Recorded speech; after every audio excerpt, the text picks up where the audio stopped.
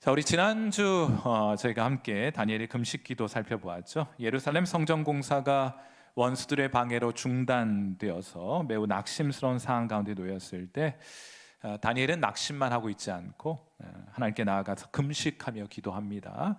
하나님은 천사를 통해서 그의 기도에 응답을 주셨고 그를 어루만져 위로하시게 되죠. 그를 강건케 하셔서 다시금 일으키십니다. 아직도 그가 감당해야 될 사명이 남아있기 때문이었어요. 자, 오늘은 다니엘서의 마지막 장면, 오늘 다니엘 마지막 시간입니다. 함께 살펴보고자 하는데 세 가지 설교 요점이 있습니다. 그 첫 번째 요점은 우리는 생명책에 기록된 자들입니다 하는 것이 첫 번째 설교 요점이에요. 다니엘서 12장 1절 말씀 우리 함께 한번 읽어볼까요? 시작. 그때 내 민족을 호위하는 큰 군주 미가엘이 일어날 것이요 또 환난이 있으리니 이는 개국 이래로 그때까지 없던 환난일 것이며 그때 내 백성 중 책에 기록된 모든 자가 구원을 받을 것이라. 아멘. 자, 여기에서 말하는 그때, 이 그때는 아직 우리 앞에 있는 때예요. 아직 다가오지 않은 이 세상의 마지막 때를 의미하는 것입니다. 자, 그때에도 큰 환난이 있을 것인데 이때 구원을 받게 될 자들이 있을 것이다. 그것이 누구입니까? 착한 일 많이 한 사람들이라고 기록이 되어 있나요? 아니요, 눈을 씻고 찾아봐도 그런 표현은 없어요. 그럼 누가 이 마지막 때 이 환난 가운데 구원을 얻게 되리라고 말씀하고 계세요? 책에 기록된 단 한 사람의 예외도 없는 모든 사람들이 하나님의 구원을 경험하게 될 것입니다. 제가 목회를 하거나 설교를 하면서 혹은 성경을 가르치면서 제가 참 낙심이 될 때가 있어요. 제가 그토록 가르치고 강조하고 또 강조하였음에도 불구하고 여전히 천국은 착한 일을 많이 해야 간다고 말하는 교인들을 만날 때 참 설교자로서 참 많이 낙심이 됩니다. 그분들께 꼭 들려주고 싶은 이야기가 있어요. 어느 교인이 이 세상을 떠나서 천국 문 앞에 서게 됩니다. 문을 두드리자 베드로가 나와 말합니다. 유감이지만 자네 같은 사람은 이곳에서 환영하지 않네. 그러자 그가 말합니다. 믿기 어려우시겠지만은 저 착한 사람입니다. 아니, 무엇을 했는가? 아프리카의 굶주린 어린이들을 위해 10만 원이나 기부했습니다. 또 무엇을 했는가? 아프간 난민들을 위해서는 5만 원이나 기부를 했어요. 그러자 사도 베드로가 말합니다. 네, 이곳에서 가장 높은 자리에 있는 분과 이야기를 좀 해보고 올 터이니 잠시만 이 자리에 기다리게. 그리고는 10분 후 베드로가 다시 돌아와 그에게 말합니다. 윗분과 이야기를 해보긴 했는데 그분도 나와 같은 생각이네. 여기 15만 원은 되돌려 주겠네. 그러니 이제 썩 꺼지게. 여러분, 참 슬픈 이야기인데 이게 실제로 일어나면 어떡할까 하는 생각을 가지게 돼요. 얼마나 많은 분들이 천국 문 앞에서 쫓겨나게 될지 참 걱정입니다. 다시 한번 여러분 새겨 듣게 되기를 바라고, 여러분 주변에 여러분의 부모님들, 여러분의 가족들에게 꼭 이 복음을 다시 한번 설명해 드릴 수 있는 기회가 되면 참 좋을 것 같아요. 천국은 착한 일 많이 하는 사람이 가는 곳이 아니라 죄 없는 사람이 가는 곳이에요. 그런데 이 세상에 죄 없는 사람이 어디에 있습니까? 그러나 우리를 불쌍히 여기시고 우리를 긍휼히 여기시는 하나님께서 홍해에 건널 수 있는 길을 마련해 주셨듯이 죄인이 천국 갈 수 있는 길을 창조해 주신 거예요. 그래서 죄인은 천국 갈 수 없지만 딱 한 부류의 죄인이 천국 갈 수 있도록 길을 열어주셨습니다. 어떤 죄인이 천국 갈 수 있습니까? 그건 용서받은 죄인만 천국 갈 수 있게 되는 거예요. 그러니 예수 믿어야 하는 것입니다. 다른 방법으로는 구원받아 천국 갈 수 없으니 예수 믿고 천국 가야 하는 것이에요. 예수 믿고 하나님과의 회복된 관계를 누려야 하는 것입니다. 그래서 예수님께서 이렇게 말씀하세요. 마태복음 11장 28절 수고하고 무거운 짐진 자들아 다 착한 일 하러 가라 하지 않고 다 내게로 오라. 내가 너희를 쉬게 할 것이라 하고 말씀하고 계시지 않습니까? 여러분, 이 음성이 들리세요? 여러분을 부르시는 이 주님의 음성이 여러분 들리고 계십니까? 이 음성 듣고 여러분도 예수께 나와 예수 믿게 되었습니까? 착한 일 많이 해서 천국 가려고 하는 그 헛된 시도들 다 내버리고 이제 오직 주님만 붙들고 주님의 공로로만, 주님의 도우심으로만, 주님의 은혜로만 나 천국 가려 합니다 하는 마음으로 여러분 예수님께로 나오셨습니까? 제가 오늘 이 신비를 조금만 다니엘서의 관점에서 풀어보려고 해요. 참 신기하게도 수고하고 무거운 짐진 자들아 다 내게로 오라 하는 말씀을 들으면 이게 다른 사람한테 하는 말이 아니라 하나님이 내게 하시는 음성으로 듣는 분들이 계세요. 이 음성이 들리는 분들이 계십니다.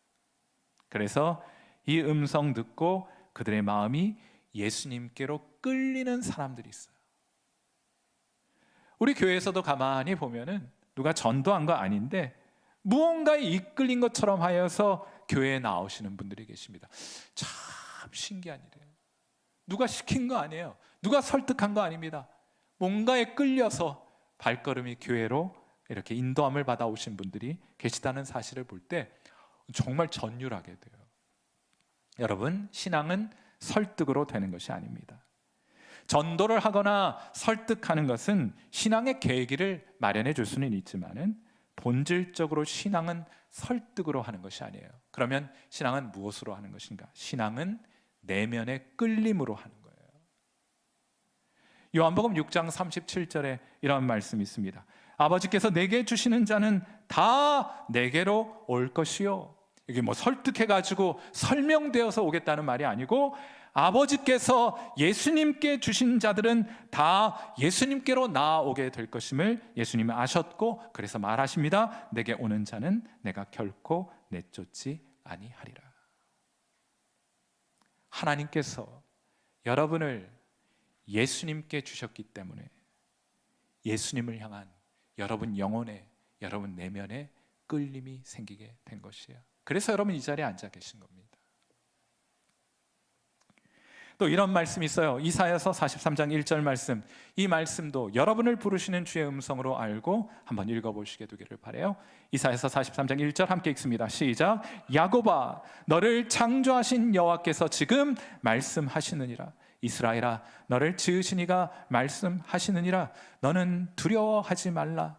내가 너를 구속하였고 내가 너를 지명하여 불렀나니 너는 내 것이라. 내가 불렀다. 내게 속한 것이므로 내가 불렀고 너희가 그 음성을 듣고 내게로 나온 것이 아니냐 하고 말씀하고 계신 거예요. 하나님은 자신의 소유를 불러 예수님을 따르게 하시는 분이십니다. 자, 그럼 누가 그분의 소유입니까? 다니엘서에는 이들을 책에 기록된 사람들이라고 부르는 거예요. 여러분이 그 책에 여러분의 이름이 기록되어 있으므로 하나님께서 불러내신 것이고 그리하여 예수님께 여러분의 영혼과 여러분의 내면의 끌림이 생기게 된 것이고 마음을 활짝 열고 주님을 따르게 된 것이에요.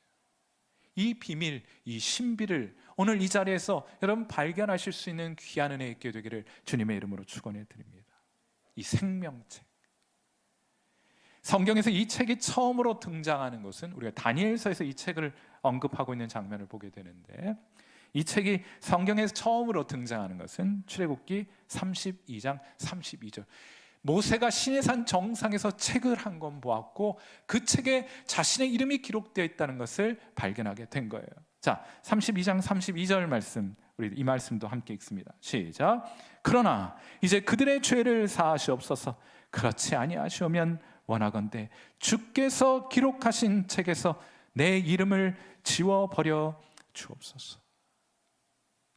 하나님, 저 우매한 하나님의 백성들 용서치 않으시고 진멸할 것이면 제 이름을 그 생명책에서 차라리 지워 주옵소서 하고 모세가 말할 때 이 생명책이 성경에서는 처음으로 등장하게 됩니다. 모세는 시내산 정상에서 그 책에 자기의 이름이 기록되어 있는 것을 보았습니다. 이 책은 어떤 책일까? 이 책은 다니엘서에 따르면 모든 환난에서 구원을 받게 될 자들이라고 묘사합니다. 그 책에 기록된 사람들이 하나님의 구원을 경험하게 될 것임을 말해주고 있어요. 그리고 최종적으로 자, 성경책 첫 부분에 모세오경의 출애굽기 이 책이 등장해요. 또 다니엘서 한 중간 부분, 성경 가운데 부분, 사실 뭐 시편에도 등장하긴 합니다만 다니엘서도 등장하고 성경 제일 마지막 책 요한계시록에 매우 분명하게 이 책에 대한 언급이 있습니다. 상세하게 묘사가 되어 있는데 요한계시록 20장 12절, 또 내가 보니 죽은 자들이 큰 자나 작은 자나 그 보좌 앞에 서 있는데 책들이 펴 있고, 또 다른 책들이 있구나. 또 다른 책이 펴졌으니 이것이 모세가 보았고 다니엘이 보았던 생명책이구나. 곧 생명책이라. 죽은 자들이 자기 행위를 따라 책들에 기록된 대로 심판을 받게 되는 장면을 사도 요한이 보게 된 것이에요. 이 생명책에 기록된 자들이 예수님께 끌리는 자들입니다. 결국 예수님께 마음을 열고 예수 믿어 구원을 얻게 될 사람들인 바로 저와 여러분들이에요. 사랑하는 귀한 성도 여러분, 여러분이 왜 이곳에 끌림받아 오시게 되었습니까? 여러분의 이름이 생명책에 기록되었기 때문이고, 여러분이 하나님의 것이며 하나님께서 여러분을 예수 그리스도께 주셨기 때문에 여러분을 소유하신 그 주님께로 여러분이 끌려 나와 이 자리에 앉아 계신 거예요. 여러분의 발걸음에는 신적인 역사가 있던 것을, 하나님의 역사가 있었던 것을 꼭 기억하실 수 있는 여러분 되시기를 주님의 이름으로 축원해 드립니다. 내 이름이 저 생명책에 기록되어 있구나. 자, 그들을 향해서 오늘 설교의 두 번째 요점은 이것인데, 우리는 이 생명책에 기록된 자들은 이 세상에서 환난을 당하게 될 것입니다. 다니엘서 12장 1절 다시 한번 보시면, 그때 내 민족을 호위하는 큰 군주 미가엘이 일어날 것이요 또 환난이 있으리니 이는 개국 이래로 그때까지 없던 환난일 것이며 그때 내 백성 중 책에 기록된 모든 자가 구원을 받을 것이라. 이 구절에서 흥미로운 번역 하나가 있어요. 환난 앞에 뭐가 붙어 있습니까? 또, 성경책 혹시 가지고 계시면은 이 또라는 부사에 동그라미 치고 하이라이트를 좀 그어 놓으셔야 돼요. 우리는 지금까지 다니엘서를 통해서 하나님의 사람 다니엘과 그의 세 친구 사드락과 메삭과 아벳느고가 얼마나 많은 환난을 받았는지 살펴보았습니다. 그들은 청소년의 나이에 바벨론으로 포로가 되어 부모님 고향 다 친척 떠나서 바벨론 포로가 되어 끌려오지 않았습니까? 그것만으로도 이 청소년들에게는 충분히 힘들고 고된 일이었어요. 그런데 그 일 이후에 어떤 일이 있었습니까? 느부갓네살이 자기가 꾼 꿈을 맞추지 못하면 칼로 죽이겠다고 위협하지 않습니까? 이런 말도 안 되는 일을 겪기도 했어요. 하지만 그것이 끝이 아닙니다. 이번엔 느부갓네살이 금신상 세워놓고 무릎 꿇지 않으면 불로 태워 죽이겠다, 칼로 죽이겠다고, 불로 죽이겠다고. 다리오 왕은 다른 신에게 무릎 꿇으면 사자굴에 던져 죽이겠다 말합니다. 무릎을 꿇어도 죽고 무릎을 꿇지 않아도 죽는 이 고난과 역경 끊이지 않고 다니엘과 그 세 친구는 경험해 왔어요. 그런데 이런 위기, 이런 고난, 이런 환난 다 겪고 나왔는데 하나님께서 천사를 보내어 환상을 통하여 또 말씀하시는 겁니다. 또 환난이 있을 것이라. 사랑하는 성도 여러분, 성도에게 환난은 또 찾아온다는 말이에요. 예수님 잘 믿으면 환난이 없을 것이라는 잘못된 가르침이 교회 안에 나약한 그리스도인들을 대거 양산해 내었습니다.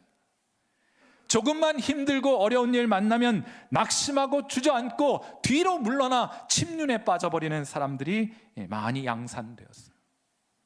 그러나 이것은 예수님의 가르침과는 얼마나 동떨어진 것입니까?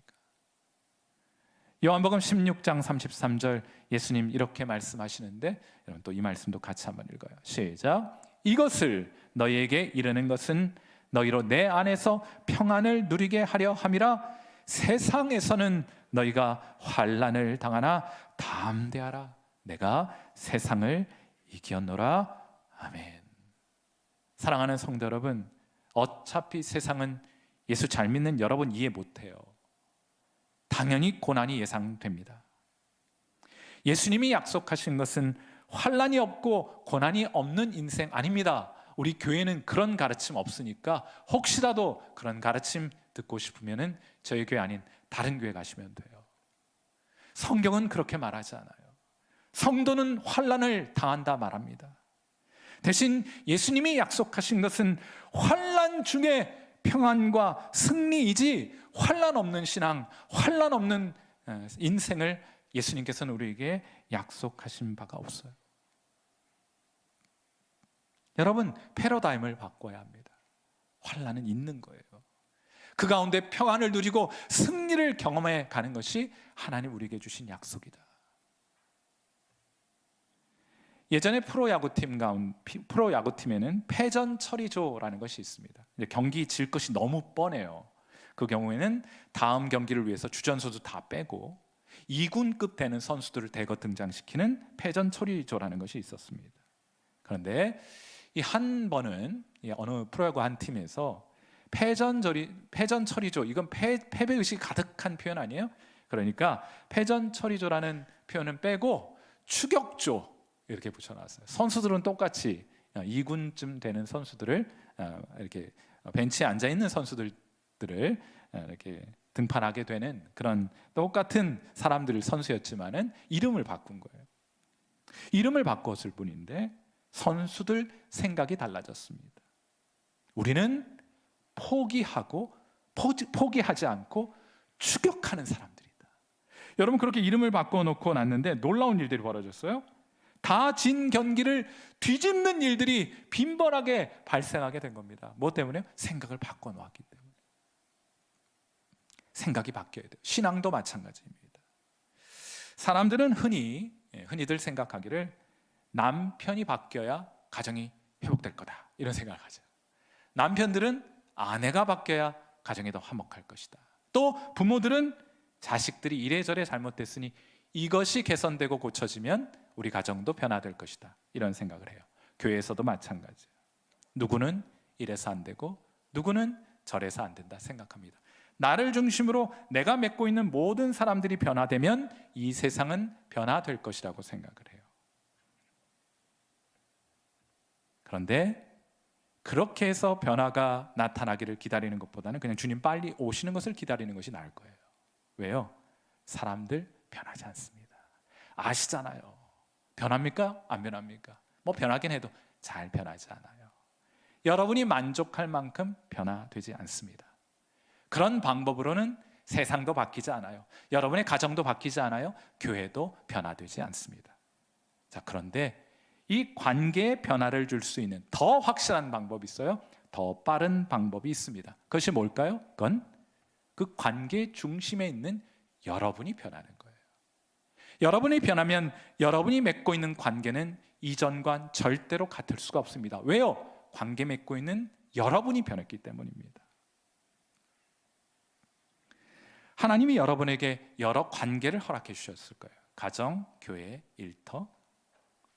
그런데 하나님의 관심은 모든 사람의 변화에 있지 않습니다. 모든 사람의 변화에 있지 않아요. 하나님의 최우선적인 관심, 그리고 더 우선적인 관심은 여러분의 변화입니다. 여러분의 성장과 성숙입니다. 목회도 마찬가지예요. 저는 여러분을 변화시키기 위해서 목회하지 않습니다. 하나님이 물론 하시겠지만은 제가 어떻게 여러분을 변화시켜요? 제가 어떻게 여러분을 설득시켜요? 그건 제 능력과 제 영역 밖의 일입니다. 제가 할 수 있는 일은 그것이 아니라 제가 변하는 거예요. 저는 목회를 제 성숙과 성장을 위해서 합니다.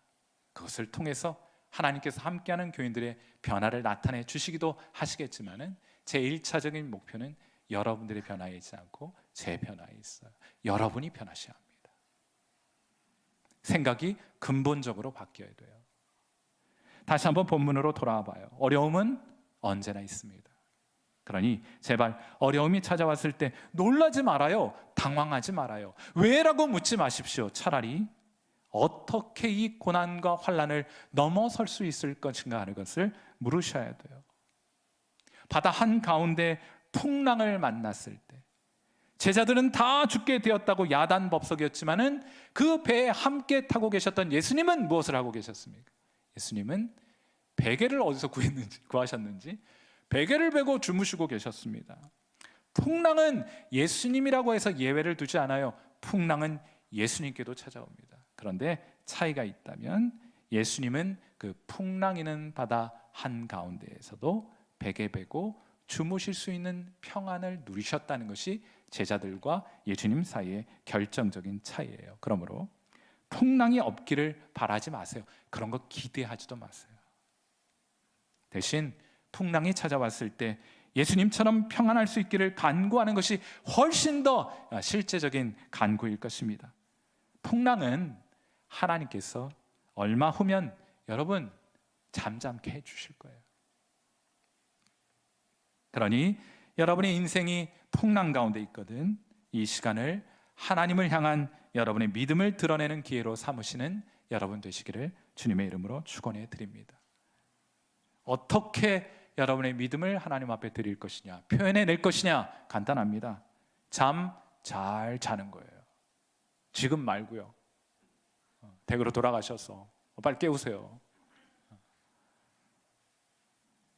우리를 돌보시는 하나님에 대한 확신은 풍랑 속에서도 깊은 숙면으로 표현되는 것이기 때문입니다. 잠 잘 자는 것이 믿음 좋은 거예요. 사랑하는 귀한 성도 모두에게, 오늘 이 자리에 함께한 여러분 모두에게 하나님께서 깊은 숙면을 허락해 주시기를 주님의 이름으로 축원해 드립니다. 풍랑 가운데에서도 예수님께서 누리셨던 그 풍성한 평안을 경험하시는 여러분 되시기를 축원해 드립니다.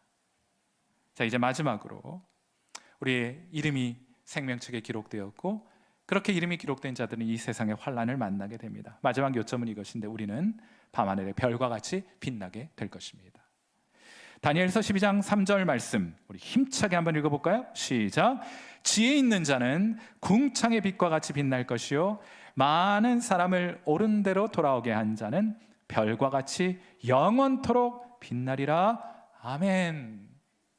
여러분 다니엘서를 이해하실 때 생명책에 기록된 자가 누구인가, 환난을 받는 자가 누구인가 이런 거 정확하게 이해하시면은 이 다니엘서를 잘 이해할 수가 있어요. 또 지혜 있는 자는 누구인가 이걸 잘 이해하시면은 다니엘서를 여러분 정확하게 이해할 수 있습니다. 지혜 있는 사람 그러면 우리는 흔히 생각하기를 지식이 많은 사람이라고 생각해요. 그렇지 않습니다. 성경에서 말하는 지혜 있는 사람은 지식과는 관계가 없어요. 빵 잘 굽는 사람이 지혜로운 사람입니다. 집을 짓는 사람이면 벽돌 잘 쌓아 올리는 사람이 지혜로운 사람이에요. 지식을 많이 가졌으나 빵에 대한 지식을 많이 가졌으나 빵을 태워 먹는 사람은 성경에서 지혜로운 사람이라고 부르지 않아요. 성도도 마찬가지입니다. 성도도 지혜롭게 성도 신앙생활을 하는 분들이 계세요. 어떻게 하는 것이 지혜로운 신앙생활인가? 성경책 많이 읽고 암송 많이 하고 기도 열심히 하는 것 물론 그것도 지혜로운 방법일 수 있겠지만은 다니엘서 문맥에서 지혜 있는 사람은 어떻게 정의되고 있는지 보셔야 해요. 지금까지의 내용을 기초로 해서 답해보자면 지혜로운 사람은 생명책에 그 이름이 기록된 사람들이고 이 세상에서 그 때문에 환난을 당하게 되는 자들입니다. 다니엘서에서 그 예를 찾아보자면 다니엘과 그 세 친구가 바로 지혜로운 사람입니다. 자, 그런데 이들은 어떤 특징을 가졌기에 성경은 이들을 지혜로운 자라고 부르는가? 다니엘에게 주신 마지막 환상은 다니엘서 11장에 소개가 되어 있는데 매우 어려워요. 혹시 이 자세한 내용이 궁금하신 분들은 제가 이미 수요 예배를 통해 이 부분을 상세하게 설명해 놓았으니 오늘 댁으로 돌아가셔서 해당 부분 한번 영상을 보시면 자세히 설명 들으실 수 있을 것입니다. 하지만 간단하게 말씀을 드려서 이 마지막 환상은 앞으로 하나님의 백성에게 임하게 될 극심한 환난에 관한 것입니다. 앞으로 큰 어려움이 있게 될 것이다. 이러한 일이 임하게 되더라도 여전히 하나님이 모든 것을 완벽하게 통제하고 계심을 너희는 기억해야 한다. 그럼 이러한 믿음을 가진 사람들은 이러한 환난이 찾아오게 되었을 때 어떤 모습으로 살아가게 될 것인가? 다니엘서 11장 32절을 보세요. 그가 안티오쿠스 에피파네스 4세라는 자입니다. 그가 또 언약을 배반하고 악행하는 자를 속임수로 타락시킬 것이나 큰 배교의 일들이 있게 될 것이나 많은 사람들이 하나님을 향한 믿음과 신앙을 저버리게 되는 일이 있게 될 것이지만은 오직 자기의 하나님을 아는 백성은 강하여 용맹을 떨치게 되리라 하고 말을 해요. 이 구절을 무장봉기로 이해하여서 실제로 칼과 창을 들고 이방 왕에게 저항했던 사람들이 있었습니다. 하지만 성경이 말하는 용맹스러움은 그런 것이 아니에요. 그 다음 구절이 하나님 백성의 용맹함이 어떤 식으로 우리에게 표현되는지를 설명해 주고 있습니다. 다니엘서 11장 33절. 용맹한 하나님의 백성들이여, 이 말씀을 함께 읽어 보십시오. 다니엘서 11장 33절 말씀 같이 읽습니다. 시작.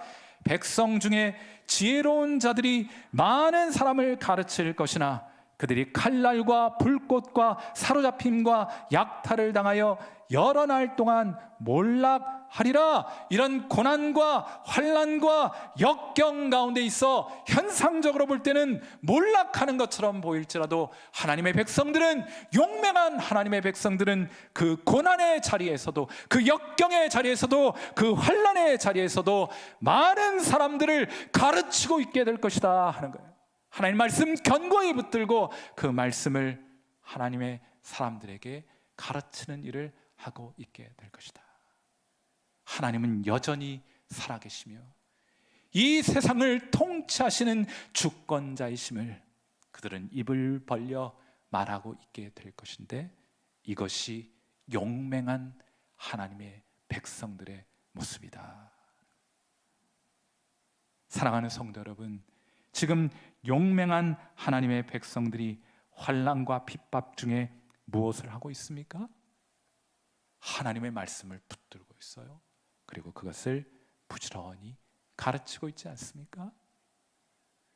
여러분의 가정에 어려움이 있더라도 말씀을 붙들고 그 말씀으로 남편과 아내를, 자녀들을 위로하고 있는 삶을 살아가고 있다면 여러분 가정에 용맹한 하나님의 백성으로 살아가고 계신 거예요.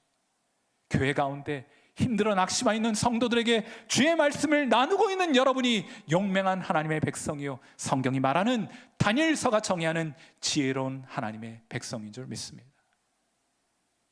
그리하여 이 이해를 가지고 다니엘서 12장 3절을 보시는 거예요. 지혜 있는 자는 어떤 사람인지 아시겠죠? 궁창의 빛과 같이 빛날 것이요, 많은 사람을 옳은 대로 돌아오게 한 자는 별과 같이 영원토록 빛나게 되리라. 내가 그들을 빛내주리라. 내가 그들을 자랑하리라. 여러분, 이들은 인생과 역사의 어둠 속에서도 무엇을 하고 있는 것입니까? 많은 사람들에게 하나님의 말씀을 전하고 그들을 옳은 대로 인도하는 역할을 감당하고 있는 것입니다. 말씀에 대한 헌신, 이것이 하나님 백성의 용맹함이에요. 여러분이 바로 그런 지혜자로 부름받은 사람이라는 겁니다. 여러분, 그럼 지금 무엇 하셔야겠어요? 예전에 과학 시간에 그런 이야기 들었죠. 흑연이라는 거, 우리가 연필심으로 사용하는 흑연과 다이아몬드, 갖고 싶으나 갖기에는 좀 요원한 보석인 다이아몬드, 이게 사실은 둘 다 탄소 덩어리라는 거잖아요. 불에 태우면 다 사라져 버립니다. 그러니까 다이아몬드 반지 끼고 계신 분 계시죠? 요리할 때 빼놓고 요리하시기 바라요. 타버립니다. 탄소로 되어 있기 때문에 잘 타요. 이 탄소 덩어리 구성하고 있는 그 분자는 똑같은데, 이게 유일한 차이가 있다면 그 차이는 이 둘이 견뎌낸 압력의 차이가 있을 뿐이에요. 여러분, 흑연은 대충 뭉쳐가지고 적당한 압력을 주어 모양을 갖출 수 있을 정도만 해가지고 나무 속에 심어서 연필로 사용하죠. 자, 그러니까 흑연은 쉽게 닳기도 하고 잘 부러지기도 하는 겁니다. 반면에 다이아몬드는 250만 기압을 견뎌내본 경험이 있는 물질이에요. 250만 기압. 심해 1만 미터 깊이의 기압이 1000기압 정도 된다 해요. 250만 기압은 어마어마한 압력 아닙니까? 다이아몬드가 그걸 견뎌낸 거예요. 그걸 견뎌냈으니 웬만한 압력으로는 다이아몬드를 깨뜨릴 수 없는 것입니다. 사랑하는 성도 여러분, 성도의 믿음도 마찬가지입니다. 여러분의 믿음은 고난을 통해 시험되고 입증되어야 합니다. 세상의 압력을 견디지 못하는 믿음은 세상과 동화되어 부러져 버리고 말아요. 그리하여 사라져 버리고 맙니다. 이런 믿음이 있어요. 사도 바울은 이러한 믿음을 일컬어 깨어진 믿음, 파산한 믿음이라고 부릅니다. 믿음이라고 다 똑같은 믿음이 아니에요. 반면에 세상의 압력을 견디어낸 믿음이 있습니다. 사도 요한은 이 믿음을 세상을 이기는 믿음이라 불렀어요. 요한일서 5장 4절, 하나님께서 여러분 안에 심어주신 믿음입니다. 우리 요한일서 5장 4절 말씀 우리 마지막으로 같이 읽어요. 시작. 무릇 하나님께로부터 난 자마다 세상을 이기느니라. 세상을 이기는 승리는 이것이니 우리의 믿음이니라. 아멘. 하나님께서 우리에게 이런 보석과 같은 믿음을 허락해 주셨습니다. 그리하여 어떠한 어려움이 찾아와도 하나님 말씀 붙들고 그 압력을 견뎌내는, 그리고 어떠한 고난이 우리에게 찾아온다 할지라도 그 말씀을 전하여 사람들을 옳은 대로 돌아오게 하는 밤하늘의 별과 같은 아름다운 믿음, 그 용맹한 믿음을 하나님께서 우리에게 허락해 주셨으니, 사랑하는 성도 여러분, 그 값지고 보배로운 믿음 가지고 이 세상을 오늘부터 승리해 가시는 여러분 되시기를 주님의 이름으로 축원해 드립니다. 함께 기도하겠습니다. 자, 우리 반주 들으시면서 함께 기도하도록 하죠. 하나님, 우리의 이름을 생명책에 기록해 주신 하나님, 우리 그 하나님의 은혜와 사랑에 감격합니다. 감사합니다. 기뻐합니다. 다시 한번 이 일로 인하여, 이 구원받은 사실로 인하여 우리 심령 안에 기쁨이 가득 채워지며 저 하늘의 소망이 가득 오늘 이 시간 주님을 만남으로 채워지게 하옵소서. 우리 어떠한 고난이 찾아온다 할지라도 주님을 절대적으로 신뢰하여 그 풍랑이는 바다 한복판에서도 평안을 누리게 하소서. 승리케 하옵소서. 그래야 어떠한 상황 속에서도 하나님 말씀 붙들고 그 말씀 우리의 이웃에게 나누어, 우리의 가족들에게 나누어, 우리의 교인들에게 나누어 밤하늘의 별과 같이 아름다운 인생 되게 하여 주옵소서. 우리 시간 함께 하나님 앞에 기도하는 시간 같습니다. 기도하겠습니다.